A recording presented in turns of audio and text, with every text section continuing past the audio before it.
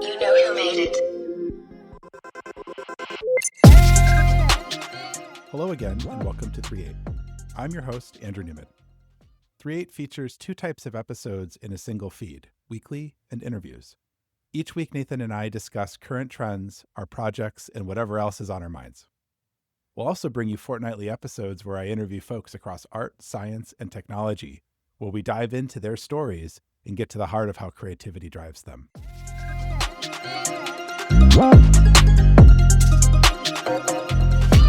All right, we're corporeal. Yeah, we're not AI. Maybe we are, though. We could just be really convincing AI. Yeah. For folks watching on YouTube, hello. We've been doing this via audio only for a long time, couple of years. It's been a while. It has been a while. We've talked on and off on the 3reate podcast about being in video form, and now we're here. And so for folks listening at home, if you want to watch us, you can watch on youtube.com/@3reate, or you can just listen to us normally. Mm-hmm. Some programming notes too. So we'll be doing video to YouTube. The uncut version of this video will be available on the patreon.com/3reate. So if you really are into what is actually happening that we don't get to see, to be honest, it's not a lot. All the slurs that Andrew cuts out. It is. It's usually me saying shit that I shouldn't. I don't even know if I can say it on YouTube. I guess we'll find out. We'll be demonetized from video one. Let's go. Yeah, so it's usually me saying stuff, or sometimes we'll go on tangents that I'll just cut out because it just doesn't work in audio. And so I'm interested to see with video, like you can do longer pauses because you're watching people in a pause. Whereas on audio, you're like, what the hell happened? Why did they stop talking? I don't really get it. So it's interesting to have the two formats for the same take, and we're not like doing a podcast specifically or video specifically. So that'd be kind of fun to see. And then, we do these weekly. And then on the feed, I don't know if I'm going to do video interviews with folks yet. We're trying to investigate creativity with folks across art, science, and technology. And a lot of folks who do that don't seem to like to be recorded, like video wise. Yeah, they don't want the public persona. Yeah, so I have a lot of people, they freak out when we go to the recording software. I use the same recording software that we're using now for that. And then I just do audio only. And so for folks who can't see it, it's like we just have a video feed going. So when I do the audio, we can actually see each other. We can respond to each other, which is awesome. I hate the idea of just talking at like a phone call or something. That'd be really weird. Yeah. But so we keep those, I think, audio only. I think I'm going to give people the option to do video. We'll see. The reason I don't really do video, it takes more effort and it's just more complicated. It's a lot easier to cut audio down, push it up. With video, I don't know. I've said many times, I don't really edit this stuff, but it's like editing out stuff or trying to make a long pause like that audio only friendly versus video friendly is a little bit more work. So we'll see how long I do that. But yeah, so I don't know. I'm excited. Something we've talked about for quite a while, and now we're actually here. And it doesn't feel any different. We've delivered. I guess now I have to wear pants. You still don't, actually. Yeah. They only see it from the waist up, man. Okay. There we go. I'm rocking pants. But yeah, so what have you been up to? How you been? I'm good. We were talking a little bit before this and did a little work-life balance thing and tried to take some time off, and then came back and realized I was far behind on a lot of different things, which is nothing. It's my own fault. It's something I signed up for. But in any case, it feels good to be back in the groove. I think that's the nice thing, is recognizing that you can take times off and things go back to normal. Yeah, I so. I hear you.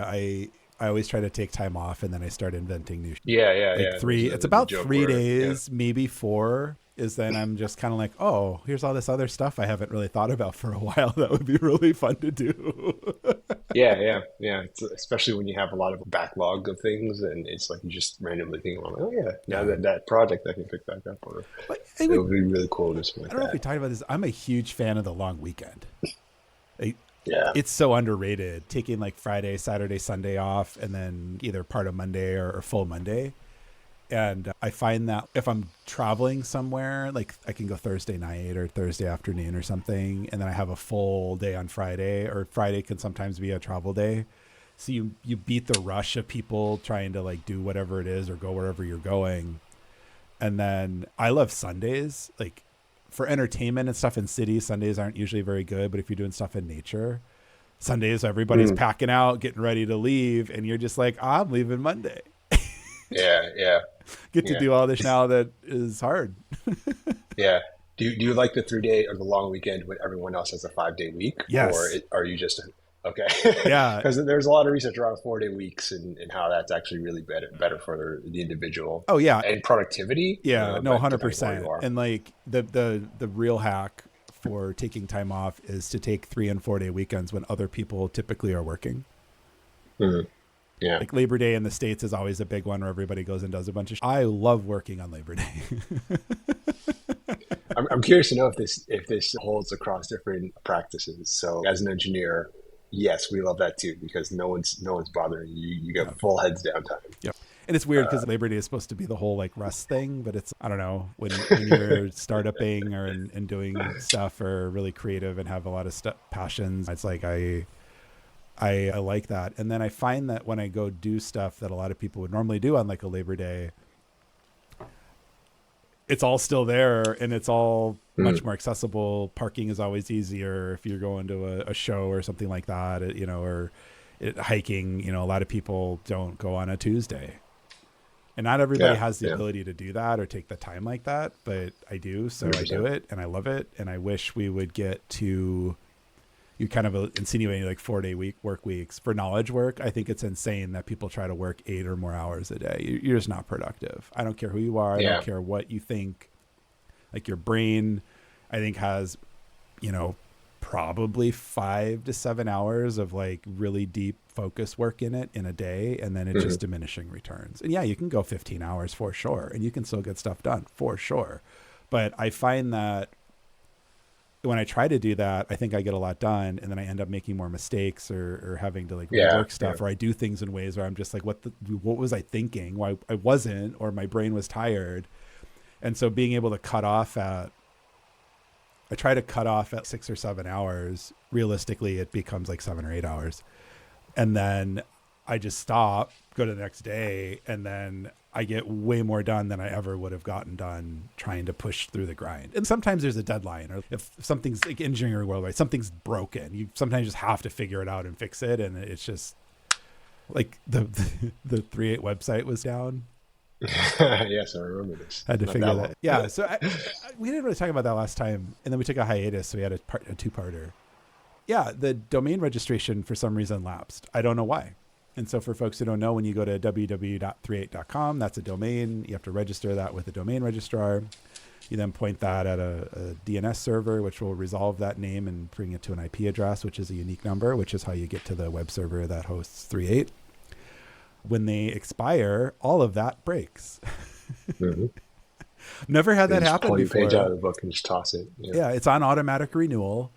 I didn't get any emails. I looked. I don't know I guess it all just failed. And so now it's renewed for a long time. And like the name registrar I use Namecheap, used them for a long time. Love them. Other than this issue, I've never had any issues. I don't know. Maybe I missed something too, or it went to spam or something.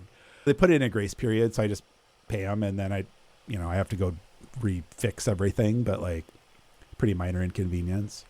It used to be they would just expire and people would like squat them. Like Google famously scoop up your name. Was owned by somebody for like 10 minutes one time because they they bought it. So yeah, sometimes you have to push through it. But I think when that becomes the norm or the expectation, everything just kind of breaks, especially for creative work. You can't be creative and be pushing on the grind. I wonder if there's some weird mental state that people get access to when they're like super drained. Maybe. Like a second wind kind of thing where you started thinking about things that you normally wouldn't when you're fresh. Maybe. I don't know. I'm randomly throwing things out there. I know, right? I don't think so. I think because like Einstein would take naps, right? And that's how he got his like 20-hour work days or whatever he did.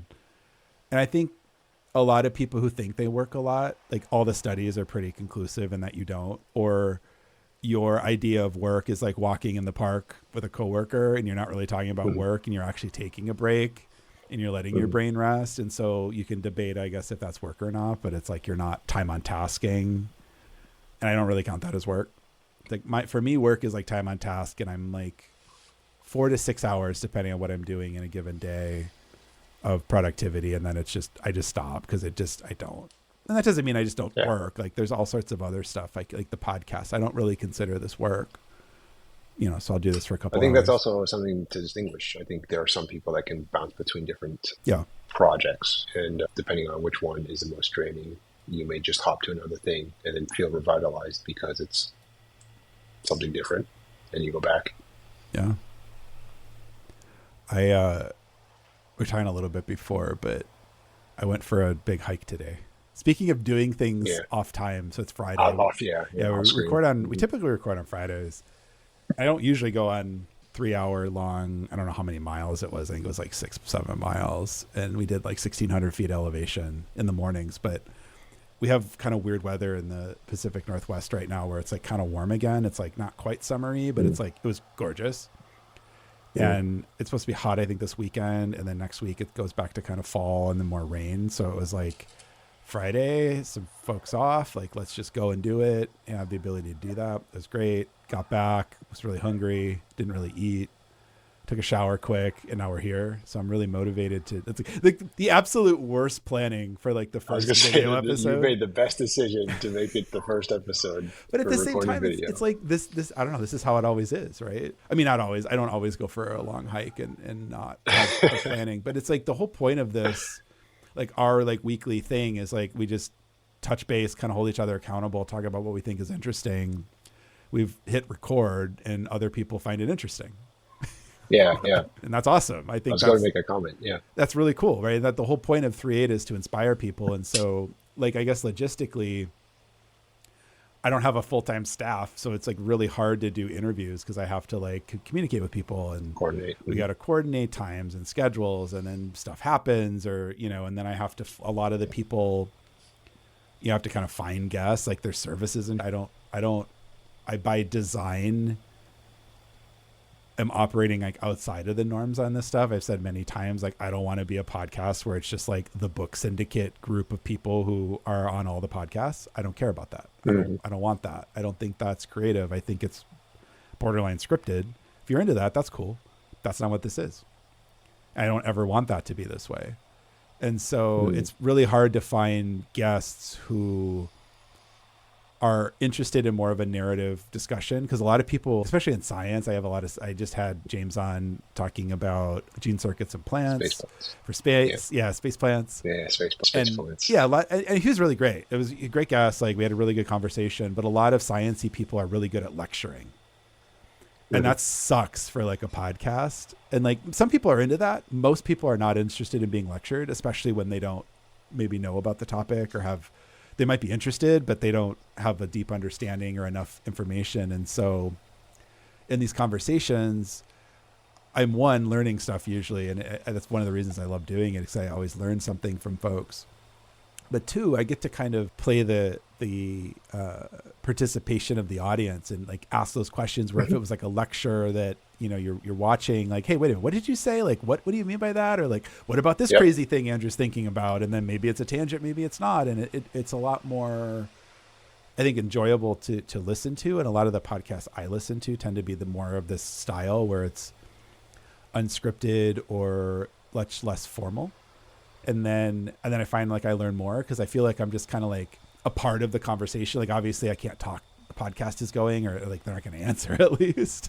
I can say whatever I want, but I'm not involved. But it's much more natural. Whereas if you were with a group of people who you're talking about something that you don't know, or you're out to dinner or something, and you're meeting some folks that you haven't seen for a while, and it seems to me much more human than a lot of these scripted podcasts where it's kind of like the late night TV show where it's, oh, this random guest is coming by and they just happen to have a book or they just happen to have a movie. And folks, that's an ad, right? It is. You're just watching an ad. Yeah. That's it. Like, I guess if it's funny and they give you some little anecdote, but I'm not interested in being like an ad platform.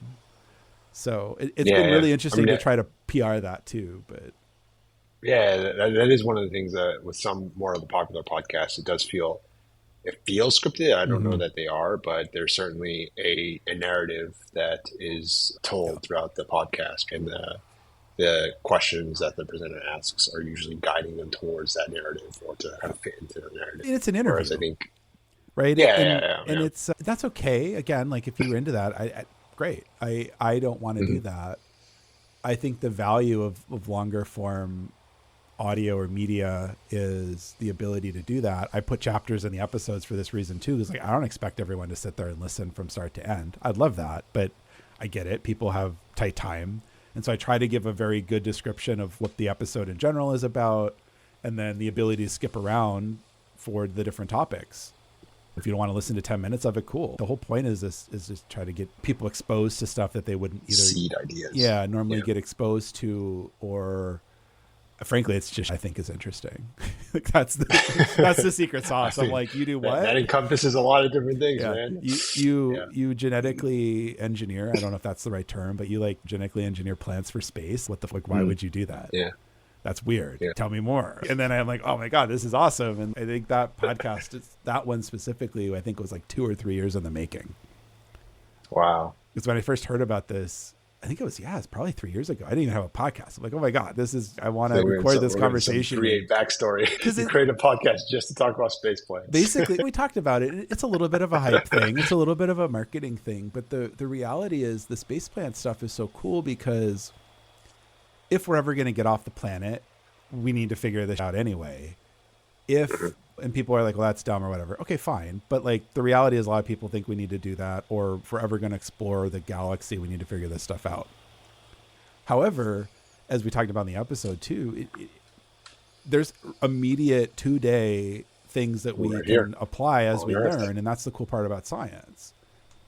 And so I think a lot of people might see space plants, they think that's dumb, or it's just a bunch of people who think, the Earth, needs to die or whatever, and they want to move on. And like, there's all this like kind of baggage that people have kind of coming into that. When you actually like sit down and listen to like, and James was very clear. He's like, I'm not trying to hype it. We had fun. And that's part of this too, is like, especially a lot of guests, like they don't want to have a conversation. And like when you're having a conversation, it's unscripted. You have a lot more of those candid moments. We were talking about tentacle arms and could I put a tentacle on a human? Spoiler alert. You have to listen to find out. But Frank, for a lot of different reasons, it's unethical. It's really, really hard to program new pathways in biology. It's given unlimited time, money, and energy. Theoretically, anything's possible. And no one's probably interested in that. We went down that rabbit hole and talked about why you wouldn't do that. Which people might not know about science. There's a lot of ethics in science, which you can do with people or animals or even microbes. And, there's a lot of ethics. But also, like, it's really hard. Science fiction is really distorted the world we live in, which is great because we talked a little bit about that. It gets you this, like, great curiosity and, like, I think it really kind of drives James a lot, too, to be inspired by this stuff. But the reality is they just barely kind of scratched the surface on genes, 50 years ago. We didn't really know what DNA was. Like we kind of knew it was probably there, but it wasn't structured, or we didn't quite get the helix stuff. And then actually getting it sequenced took another, I think, 20 something years to do. And it was millions of dollars. And now, you can, for a few $100, take a cheek swab and get your genome sequenced for the most part with some asterisks. But, and I don't think people realize that, but they hear 23andMe and they had great PR, and that's a whole thing. But probably shouldn't get into a rant on the first video. I don't know if it was a rant. You were kind of, I think you're heading towards this. At least what I think is so interesting about science is you'll get people all across the spectrum, like people like James, who are interested in these far future events, or just for the sake of understanding, trying to understand how you actually can get something to happen, and it may not happen for decades. But then you also have people who are trying to do things to right now, taking and applying science right now, but it's the same principles of scientific theory and how you go about the process of doing, whether it's 15, 20 years down the line, or 15, 20 days. But that's part of the creativity. And when I found too that it's an anti-pattern for social media or media in general, in that so I do the podcast because I enjoy it, but it's also like, we've talked about this, I think, I don't know if we talked about it recorded or not, but it's like I also don't want to just do it if no one's listening. It's a lot of work. Yeah. Right. I Sure. mean, Sure. we Yeah. would Yeah. still probably have our catch ups and chat anyway. Yeah. We would. We talked a little bit about the post-production. I don't do a ton of editing, but it probably takes a couple hours for me to edit stuff down, post it up. I got that down with Seeks, which is a product I'm working on. Post-production is now down to about 10 minutes, but it's still 10 minutes. Arguably, nice. I put in a bunch of time, to automate it. And then with an interview guest, I typically spend 1-to-1 time editing. So I listen to the whole thing again. Yeah. I don't edit those either too much. It's again mostly for like clarity, tangents, the filler words, ums and ahs, and especially people who aren't media trained. Like a lot of the people you see on most podcasts, the famous ones, everybody's media trained. And what that means is you sit in a room with someone and when you say it, they like smack you so that you stop saying it and become aware of it. And you speak classically conditioned. Yeah. And you speak in these sound bites. Or you speak authoritatively, and that's what people have become used to. But if you watch especially older television, this isn't how it was at all. And I think there's way too much of that content. And it's also, I don't find it very interesting because you have a much more interesting conversation when you're just trying to talk about stuff. Yeah. And so with those interviews, then I'll do like kind of 1-to-1s. If it's an hour interview, I spend another hour listening and editing, or listening and then editing usually probably adds another 0.5 to 2, so it could be 3.5 times as long, so 3.5 hours, and then put it up on the site.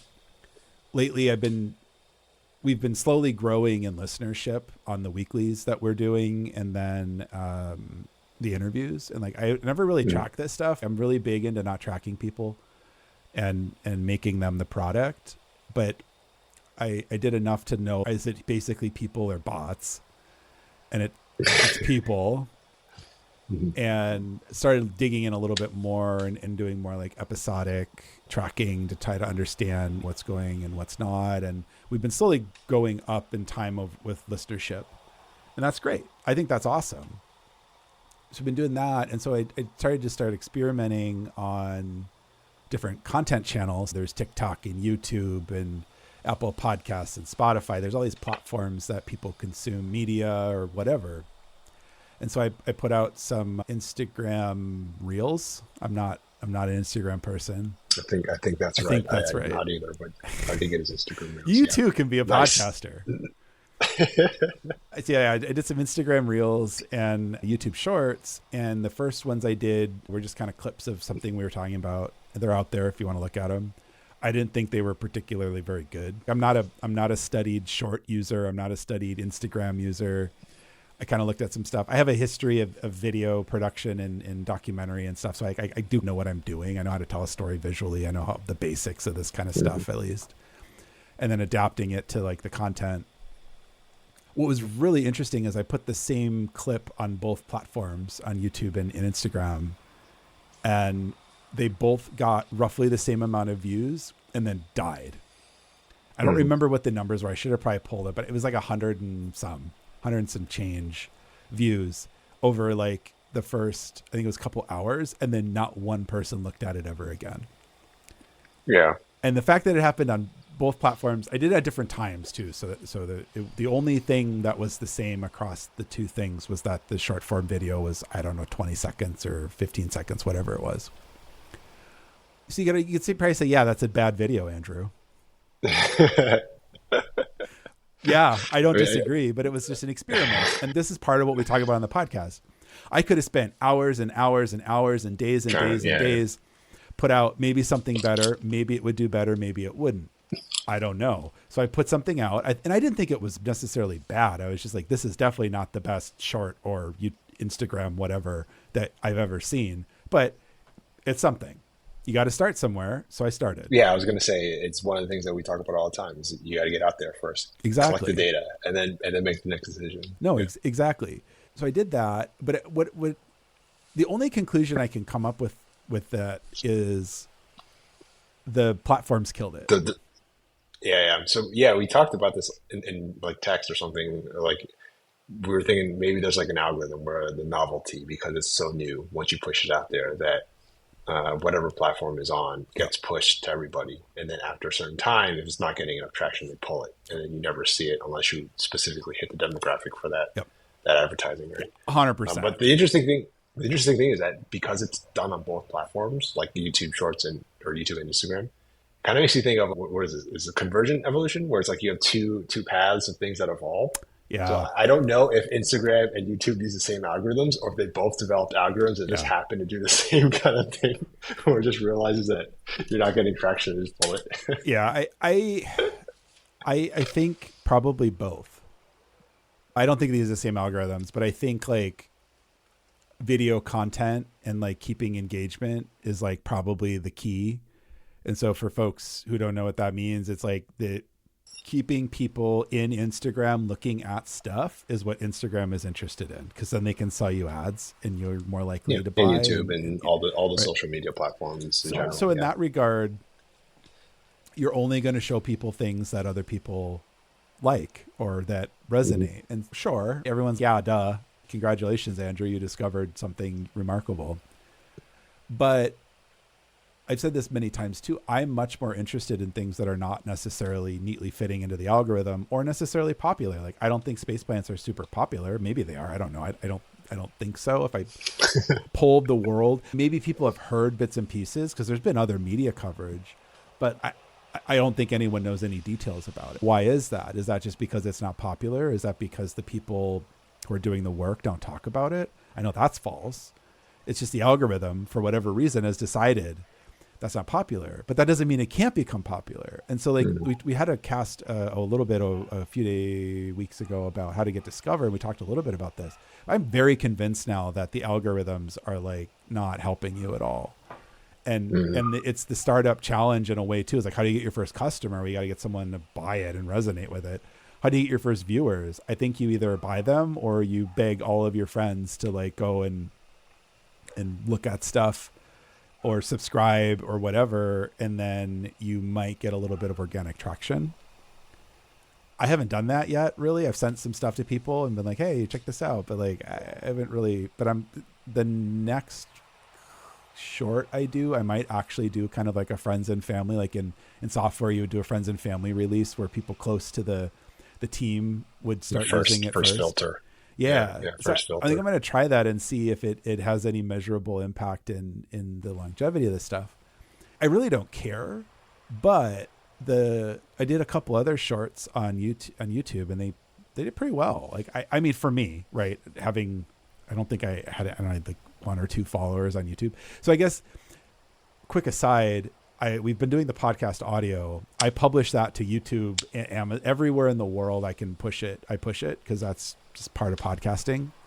And so it pushes to YouTube as a video. I never really thought anybody would really watch like a 3reate logo on the screen and listen to people talk. Some people do. That's awesome. I guess you're using YouTube as a podcast player. Obviously, YouTube's a video platform. So I was just like, if it's not there, no one's going to watch it. So it's there. You can go watch it or listen, I guess. And then I put up some shorts to try to experiment with some video to try to kind of more PR, like, get the word out about the episodes that people are doing. James's was like the first like guest episode I did, and it got thousands of views. Like, that's awesome. So, but I'm not sure why. And that's the really hard part about just measuring stuff in general is like, interesting topic. Was it the title? Was it the time of day? And so I'm trying to figure some of this stuff out. And I think we'll talk probably about it as we go. Cause a lot of people, I think, have good ideas and put them out there and then they don't get the resonance or traction. And I know like part of this algorithm problem is you just have to keep doing it. Yeah. You just got to keep pumping out content and getting it in the feed, because a few hundred views here, a few hundred views there. Now over time you have thousands of views and now you're much more likely to get people's attention. You should be asking yourself like, why did this work better? I would caution everybody to not try to work to the algorithm. Part of the reason I don't have millions of views is because I didn't really frankly put the time in to figure out how to do that. But also I'm not interested in creating a clickbaity short that captures people and is constantly, why is this? What's going to happen next? This kind of drip feed thing that everybody's been doing. I'm not interested in that. I want to put out the information. I think it's fun and I think it's entertaining and funny. It's natural. We don't really try this stuff. There is part of content creation is like doing things in ways that you wouldn't normally do in life just because that's how it is. Like we did a thumbnail thing for YouTube before this. I was going to make a comment on that. Yeah, but you have to do that because if you don't have a good thumbnail on YouTube, you will not get views. I don't make the rules. Yeah. A lot of the stuff that you're talking about now, I think if you think about it, at least in tech, you've seen this in history where probably the earliest case is Google and their PageRank algorithm. Once people basically realized that they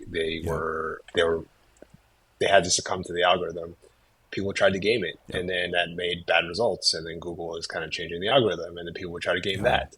So once you get the situation where you have a platform that basically gatekeeps content, and yet people are trying to get that content discovered, you get this back and forth where people are trying to figure out how to get ranked higher, and then the platforms if you have a good platform, they want to stay true to what they're trying to do, and they try to fix it or to try to do something else, and it's just back and forth.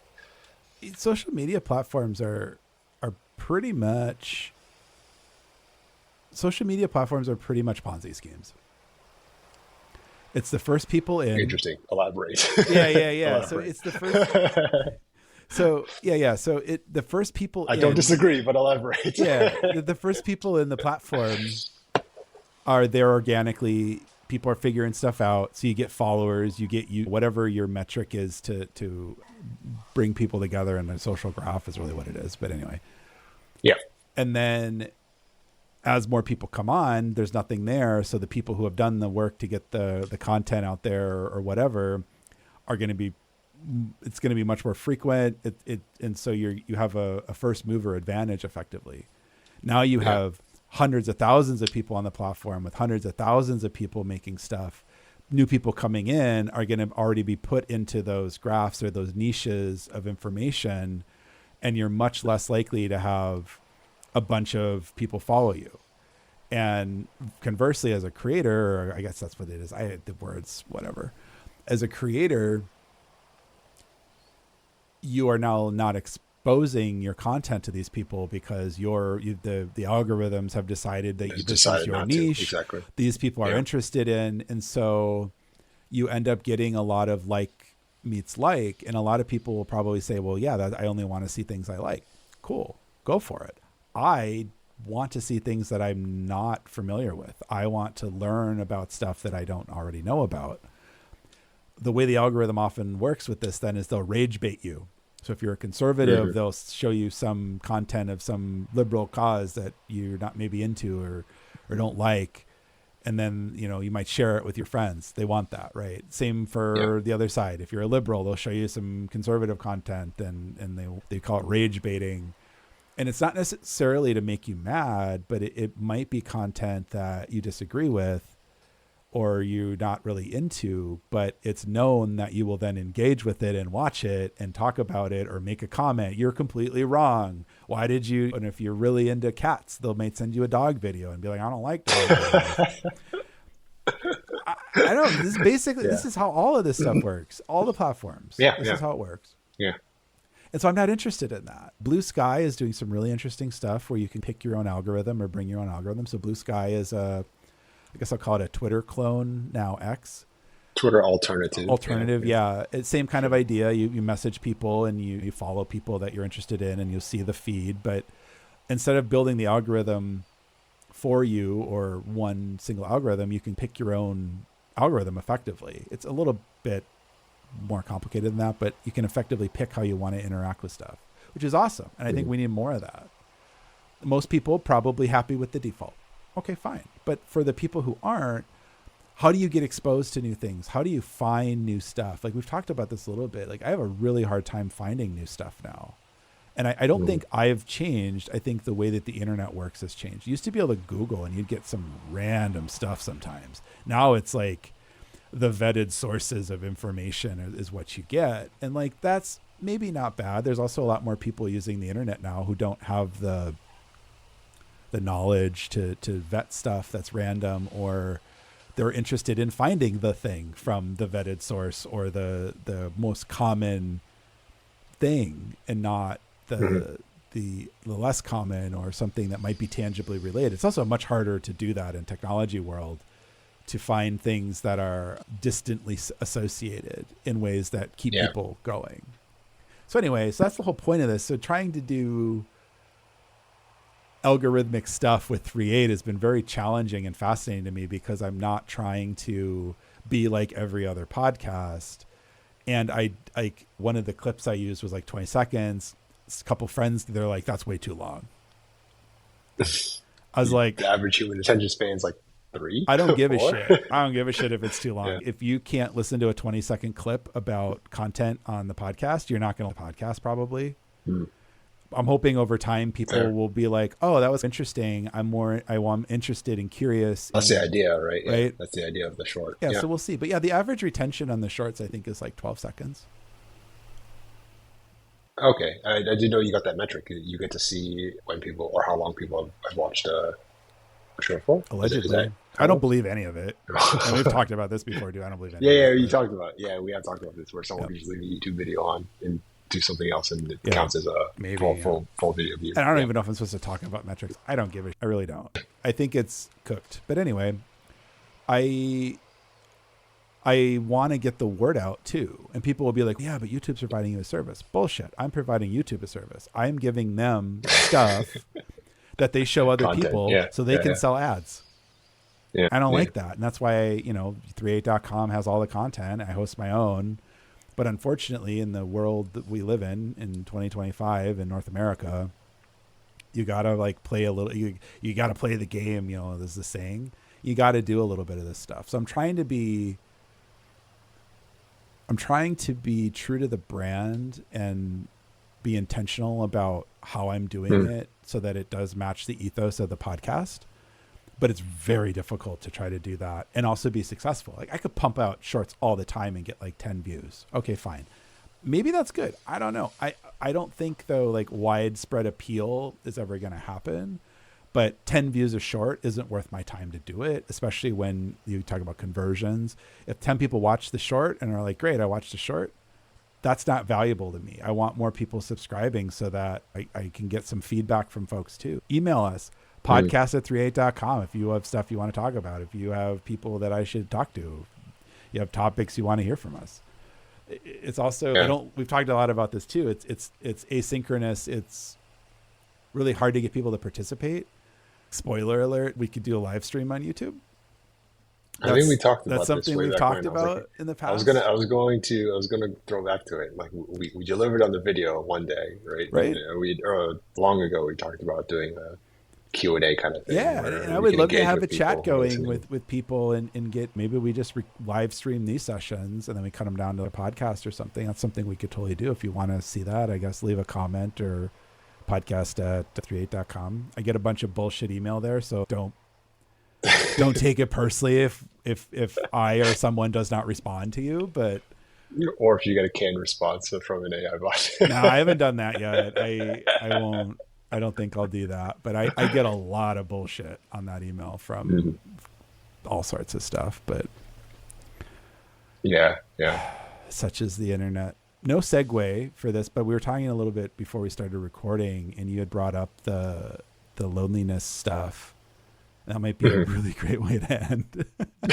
What a way to transition it. No keep context, watching. Whatever. We were just talking about loneliness, man. I mean, I'll try to segue. Well, I mean, you already gave me the foothold. Yep. So I mean, yes. Yeah. Before we were talking about this and just kind of coming up with things to talk about, and I had mentioned that I was talking to a friend about there's this quote unquote loneliness epidemic, which has been termed for a while now, but especially with the AI or chat-based AIs, there are a lot of people who are looking to these bots to feel some sort of social engagement. And we were chatting a little bit about how it's a slippery slope kind of effect where we're already, I think, hypothesis we're already starting to lose a little bit. We talked about it before on this podcast, actually. People are starting to already lose some of the social engagement elements of life. And these chatbots are a quick way to feel like you do belong or feel like you have some sort of connection when you may actually not. And then there's this vicious feedback cycle. But you mentioned this interesting idea that I don't know if you want to present because you know it better than I do. Yeah. I thought it was also super interesting. And that's kind of why we wanted to talk about it. Yeah, I just think just to comment on that too. It's like the loneliness epidemic is weird to me because I'm not. I don't know. Lonely? Maybe I'll say it this way. I don't think I'm very extroverted or outgoing, but everyone who knows me is, you're insane. So take that as you will. No, that's accurate. That's accurate. Yeah, right. But I know, right? I mean, for me, it's like if I want to go do something, I'll do it. If people want to come with me or friends or whatever, cool, great, let's go. If I still want to do it, I don't give a shit. I'm going to go. Right. So I going to a bar by myself, going to a restaurant by myself, going to a music show by myself or whatever. Like, I'll do it. I prefer to go with people, but sometimes people aren't available or, maybe you're in a new city and you haven't, so go do. There's a lot of, I think there's too much internal monologue and like thinking too much about stuff, which we kind of talked a little bit about anxiety and social media just feeds it, right? Because I'm sitting on the couch, I'm scrolling through my phone, watching whatever platform, and everyone else is having so much fun. That's not real. Like maybe they're having fun. I don't know, but it's great. Like it's not real. But when you see tens of thousands of people who you may or may not know having fun, you get depressed or you get the FOMO, the anxiety. And most people's reaction to that then is to think about like how they could have more fun or show it or like try to compete and then they just don't enact. They don't take an action. So the social media has been bad for that. AI, it scares the hell out of me because if you're lonely and isolated up until I would say the last couple of years, someone's probably checking in on you. Like maybe not everyone, but I would actually recant that. Everyone has someone else in life. Everyone has a friend, a sister, brother, mom, dad, uncle, aunt, acquaintance, neighbor. Like we have all sorts of words for this in our language, but there is somebody out there who cares for you or is interested in what you may or may not be doing. You might not feel that way, but there is. There always is. Yeah. Nobody is born out of the ether in the world and is just some random unknown person wandering through the world, right? Like you've encountered people throughout your life. There's always people who are interested. Whether or not you proactively seek out that or they proactively inquire, that's part of this problem. Mm-hmm. But the big problem and the reason it's really weird to say it that way, people are probably like, what the f was this guy thinking?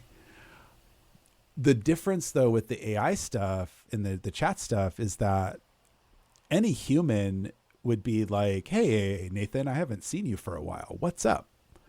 Or you'd be like, hey, Andrew, want to go grab a beer or go to this movie or play or theater, music venue or grab dinner or something.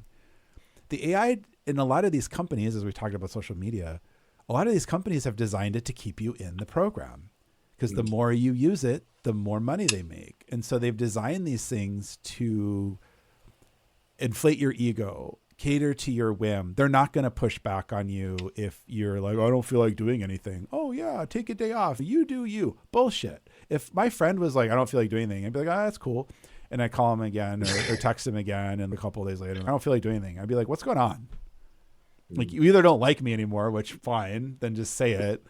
Or you might be depressed or you might have had, this thing happened. Oh, well, then you talk about it and then you engage in conversation. And that's where relationships really matter. With these AI things, though, they're not there to pick you up. They're not there to push you forward when you're having a challenge. I don't really feel like trying this new thing. Like, well, damn it, we're going, right? I don't know if you have any. I'm sure you have friends like that. They're just like, I don't know if I should do this. I don't know if I want to do it. And like, yeah, let's go try it. We're doing it. Right? Yeah. Like your friends kind of, and it's not like something dangerous, but it's like go-karting might be a good example, right? Like, I don't know, go-karting is a little dangerous. Oh, let's go birthday party go-kart race or something. Maybe you don't like it. Great. But if you don't ever try it, you don't know. And friends and family and people around you should be supporting you for positive things. Whereas these chatbots necessarily won't do that. And they're designed to keep you in this constant use of them as well. and like the AI therapy bots and so it just scares me because they hallucinate. There's really no great way to ground these things that I've seen. At least that's foolproof. It's non-deterministic output, which means you don't ever know what they're really going to come up with. We can predict it. There's ways to take what they've said and make it do different things or say different things or refeed things, but we really don't. We really don't know what they're going to say. So it's like the worst parts of depression amplified and on crack. It's really bad. And so if you are lonely, I would say reach out to a human, even if it's your neighbor, right? And just be like, hey, how are you? Just simple small talk. And maybe they say, fine. Maybe they look at you like you're crazy. Okay, try someone else. You have to keep and I think a lot of people, it's like the instant fail. I have built this big thing up in my mind. I go say hi to my neighbor. My neighbor maybe doesn't say anything or they go, hey, and then they walk in. And then you had this like expectation that you were going to have this big, long conversation and go skiing with them in the mountains or whatever you're seeing on social media. Yeah, that's not how it works. Like you need to align your expectations. Try something else. Try someone else. Sit down next to somebody in a coffee shop or at a restaurant and just say hi. Everybody has I've talked about this before. Everybody has their headphones on all the time. Looking down at the phone or whatever. Don't be creepy. First, don't be creepy. But even if you are creepy, if people come up to you and it's a little weird, just be like, hey, I'm not really interested in talking. Sorry. Simple, very clear communication to someone else that you're not interested in being social. Not everyone reads verbal cues. Not everyone gets it. And I frankly think the more people I meet under 40, no one can read verbal cues anymore. Not to be trying to provide solutions, but I believe there's a lot of research around what they call weak ties. And these are people that you would engage with very, very lightly. So it might be like a store clerk or just someone you're passing by. Even just saying hello and not extending any conversation past that. Yep. If you do that, then that alleviates a lot of the loneliness feelings that one may have. Yeah. So it's like you don't even have to start the conversation. Just say hello to someone. Yeah. Tips on the 3reate therapy podcast. No, it's top of mind because I was talking to this friend about how to solve loneliness. Yeah, quote unquote solve loneliness. I work in tech. You're an engineer, but a lot of engineers are not the most social people. Especially for things that they might not be extremely interested in or when they're in situations that they're not familiar with. That's how it is. Okay, fine. I'm not saying it's good or bad or you should change or not, but you do have to figure out how to talk to people in life. And it can be really uncomfortable for people, but you got to do it. But to your point, saying hi to someone, getting a hi back, okay, great. Ask about the weather, ask about something that's going on in the environment and try to strike up a conversation and maybe it doesn't work. It's just like startup life. It's so similar. And I think a lot of people who are good entrepreneurs are also people who are used to failing a lot and a lot of I was going to say just taking shots and and a lot of entrepreneurs are very communicative because I think you just kind of are like, okay, well that person didn't like me. Okay, moving on. They didn't get it. Okay, I tried to get it. They didn't get it. I'll move on. It's part of that mindset. So yeah, the AI thing is really strange. But we were talking a little bit before, and I'm really sad that I don't remember where this came from because it was very interesting and I heard it. And so it's not my idea. I want to be really clear and I really apologize. I don't remember who it is. If I do, I'll put it in the comment section or whatever. But I was listening to some sort of media. I don't remember if it was a podcast or if it was some kind of an interview. And they were talking about all sorts of random stuff. And they were talking about, I don't think it was the loneliness epidemic, but it was like something around like relationships and generational gaps and how people under a certain age, I always say 40 because that seems like that's kind of the cutoff, but it's like, the Gen Z, Gen Alpha, not Gen Alpha, Millennial, Gen X, Gen Boomer. Baby Boomer, not those people, the younger people have a really hard time with relationships. And this person had brought up the comment that they see there's a huge spike in polyamory and polyamorous relationships in millennial generation on down, Gen Z, Gen Alpha. I don't know what all these things are called, but like, let's call it under 40. And not that people over 40 aren't polyamorous or aren't into that, but there's like a markup. There's apparently the data, I guess. I have not verified this, but I have no problem believing it. has a big increase in younger people. And the point that this person made was that their hypothesis was that because people of a certain age don't understand relationship bounds or normal functioning relationships because whatever reason, too much internet, too much TV, not interacting socially with people, that they don't know how to have like a platonic relationship with other people, men or women, vice versa, whatever. And so that then they become polyamorous or enter into polyamorous relationships because they don't know how to have a deep, meaningful relationship with somebody without being in a romantic or a sexual relationship with someone. And I heard that. I was just like, that's pretty profound. And I see this all, we've talked about this a lot too. Again, I don't really feel like I'm a social person. Everyone else tells me I'm really social. Even my social friends are like, dude, you're social. I'm like, I guess I just talk to people. If I don't want to talk to people, I don't talk to people. Like right. Like I don't, for me, it's just, I don't know, I guess it's how I'm wired, but a lot of people, the younger generation, I've lamented on quite a bit too. Like there is something socially broken. I know every generation says this throughout time. You can go back to like Sisyphus in the Greeks, but like there's something like between COVID and on growing up with social media online. And again, social media isn't really social. It's like asocial media or antisocial media. And you're getting bombarded with all this unrealistic nonsense. It's really warped people's ability. And I think it's also so customly tailored. So like the two primary problems I think with this are I have unrealistic expectations because I've built this expectation set in my head kind of based on what I'm seeing on the internet. And so there's that. And then so you go in and you say hi to someone again, like I say hi to the neighbor goes in the door, kind of waves or whatever. And I'm like crushed now because I had this big dream of what we could possibly do. And then I think the second piece is that it's a muscle. Like social skills are a muscle. And if you're not using them, they get rusty or your perception of things changes. I've noticed that because remote work. So I've been a remote worker pretty much my whole career. A lot of people got really weird during COVID. And there's a lot going on. People are locked out of society. But like when we started talking on these boxes, I noticed a remarkable change. And I think a lot of people became like really task focused and really too focused on transactions almost. It's I'm on the meeting. I'm going to have my meeting. Sure. We're going to talk about this thing. I need this to happen. Whereas in conversation with people, like in business negotiations, or some people are just like this, but most people, hey, how are you? Oh, hey, book, whatever, weather, whatever your small talk thing is. Oh, that looks like a great sandwich. Oh yeah, sandwich, great. Oh yeah, have you tried the other sandwich? Oh no, I haven't. Or yeah, it's my favorite. And then you develop some kind of like branching of a conversation in an unknown way. And for folks who I guess aren't really familiar with this, I always try to use technical analogies because a lot of tech people listen to this, and it's easier for me to talk through than all the therapy language stuff.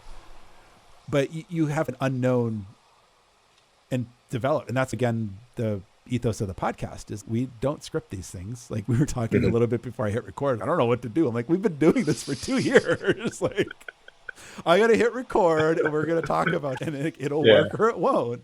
People will watch or they won't, like whatever. That's kind of part of the beauty and the magic of it. I think the thing too is like when we have topics that are really interesting, people listen. When we don't, then they don't. And that's cool. So I think those are kind of the two pieces where people are kind of antisocial because the perceptions that they've created through the internet, social media have like kind of broken that. And then I think when things are rejected or when they don't go the way that people expect, then it probably hurts a lot more. You feel a lot like more of a bummer because it used to be pretty normal where people would kind of say hi or wave or like, how's the weather? Great. Rain sucks. Sunny day, whatever. And that was your conversation. That's just how, and sometimes it would, like I've met plenty of people where we're friends now where we just kind of started small talking and we found out we had something in common and the rest is history. But I feel like it's almost like a fear of rejection that people don't even want to have the small talk because they're afraid that the other person won't resonate or they'll think they're weird or they think it's weird when people do it. And there's all these like We just have to get out of our own head and just try it. And again, don't be creepy. If someone's like, don't talk to me or isn't responsive. Always caveat that. Yeah. Don't be creepy. Well, I know people listen to this and they're mad because it's hard for them to do it, or they're not outgoing, or they don't see it, or they've received negative feedback. Okay, fine. And I think if someone's like, hey, I'm not really interested in talking, I think it's perfectly reasonable to say, is it something I said, or you just don't want to talk? And most people are going to probably say, oh, I just don't want to talk. And maybe you're really creepy and they haven't told you that, and you don't have the self-perception to understand that. Eventually someone's going to be like, yeah, you're creepy. Okay, don't take that to heart. You don't have to change your whole identity because someone said that, but maybe you need to go seek some feedback or try to understand why it wasn't working. And for everyone who's social and frankly well-adjusted, I know this might sound weird, but good for yours. I'm used to working with engineers, and sometimes these things need to be stated. All the engineers are like really mad, but also, yeah, he's totally right. Yeah, he's totally right. Yeah. I mean, sorry, that was a tangent. But yeah, it was really interesting. No, I think to highlight some of the 2 points, like bringing it back to some of the stuff that we talk about on 3reate a lot is, one is just this broader theme of failure or doing things and not having things go your way. Yeah. You can't be afraid of that. That's how you learn. That's how you do things, is you have to kind of get that experience. And if you don't do things, then you're sort of in this bubble. Yeah. And then like this feedback loop of, because AI tends to be more sycophantic, tends to agree with you, you just see that happening for people who aren't willing to take that risk. And then it just leads them down towards this non-existent or magic rainbow road. And we talked about this in the last podcast, which was part 2. I don't even remember the name of it. Sorry, folks. Yeah. Look at the one right before this. But I made the argument. I think maybe next time we should talk more about this too, because I think having untested, unfettered technology like AI chat programs be put out on people where we don't really understand the implications. We don't know what they're going to say. We don't know how they're going to respond, is completely irresponsible and irreprehensible. And I don't think that the CEOs of these companies should have the say to do that. Mm. And there are definitely better ways to do this. The problem is it doesn't get your users. It doesn't trap people into the ecosystem. But you have unintentional consequences, like a lot of people will harm themselves or carry out activities that most people would agree is wrong. But the AI doesn't care. The AI is amoral, right? It is never going to be moral. They're non-deterministic, meaning we never know what they're going to say. So we can say you have to be moral, you have to be legal, you have to be ethical, but enough of a chat duration, enough prodding, enough clever wording will eventually get around all these filters. There's no way that we're ever going to solve this problem 100%. Will it get better? Sure. And I don't think we should ban it because of that, but we should definitely not be letting children on these things. Just like I wouldn't give a child a bottle of random pills and be like, yeah, don't eat these pills, child. Like that's insane. But yet we give them chat something program. I won't say the name because I don't like that person who runs it or the company. I think they're very irresponsible. At me, bro. But it's just, to me, it's the same thing. It's like giving a toddler a knife and being like, don't cut yourself. Everyone knows what a knife is. And we know that when the kid runs with a knife and trips, like, don't run with scissors is something that a lot of scissors are pieces of metal that you use to cut paper, which are dead trees that are pressed into a form in a very thin way. And in the old times, we used to use paper and scissors to cut shapes and stuff and put the shapes of paper onto other paper and make decorations and art and stuff. I'm making Does your audience really not know what scissors are? I don't know. I like giving the kids a hard time, but also I think it's funny. And if you don't, I'm sorry. But yeah, so we don't run with scissors. So we don't give children scissors, or if we give them scissors, we modify. I think everyone's seen the pointy and the non-pointy scissors, hopefully, right? Like when you're a kid, you get they call them safety scissors. They're not really safe. It's just bad marketing, but it's way harder to like stab yourself or like cut something other than what you're, paper or something than with a normal pair of scissors. AI, we don't really do that, right? We just give the kids unfettered access, but there's safety features and bullshit. Like if it was an application, a normal computer program, I would maybe buy it because you could, it's deterministic, meaning we know what it's going to do or not do. And like, that's not to say that it's foolproof. Like everybody who's ever had like a application crash or like some sort of weird screw up where you're not expecting it, like things go wrong all the time, but we can understand, what it was supposed to do and fix it or try to fix it. AI, we can do that. It's just a lot harder. And we're still experimenting on how to do that with these systems in the real world with people. And there's real world ramifications. And all I keep hearing is like, oh, we can't possibly have known all this stuff was going to happen. Maybe, maybe not, but it is. And I used this analogy on the cast last week was, if I made up a random pill and said it's going to solve all your problems and starts killing people, I'm going to jail. If the AI kills people or encourages people to harm themselves, oh no, I'm so sorry that it happened. It's unfortunate. It's tragic. Bullshit. Like, why are we allowing this to continue happening? And why are we allowing these people who like understand and know it, I guess one of these people, drive the conversation and tell us that, oh, it's so hard, you can't possibly understand it. Bullshit. Like, yeah, it is really hard. And yeah, it's non-deterministic, meaning we're never going to know. But that doesn't mean we should necessarily release it on the world. And there's all sorts of other ways to release it to people, to not prevent it from continuing to develop, but doing it in ways that are safer for people, doing it in ways that are more predictable. Social media is another great example. We used to just let people watch videos, the endless loop, and people would get addicted. And then some senators started asking questions, and now there's a little toggle that says, remind me after 2 hours of watching videos that I should stop. Cool. I know that. Yeah. No one knows about it because it's off by default. And that's the other thing is when we mandate this stuff, we do it in such a way that we default off or opt in. Opting in is great when it comes to sharing your own personal information.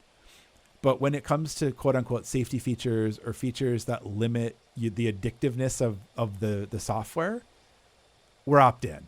It should be opt out. It should turn on and say, you've been watching videos for 2 hours. You should take a break. If you don't want to see this message again, click this box and it'll go off. You can turn it back on in the settings, right? Super easy. Yeah. The product managers for these products don't want to do that because people might have a reaction or not like it or might stop watching. And then if they stop watching, then their viewer retention goes down. And I think that that's wrong. Especially now, I think we have the data to prove it. And I think we've known for a while. Right? Yeah.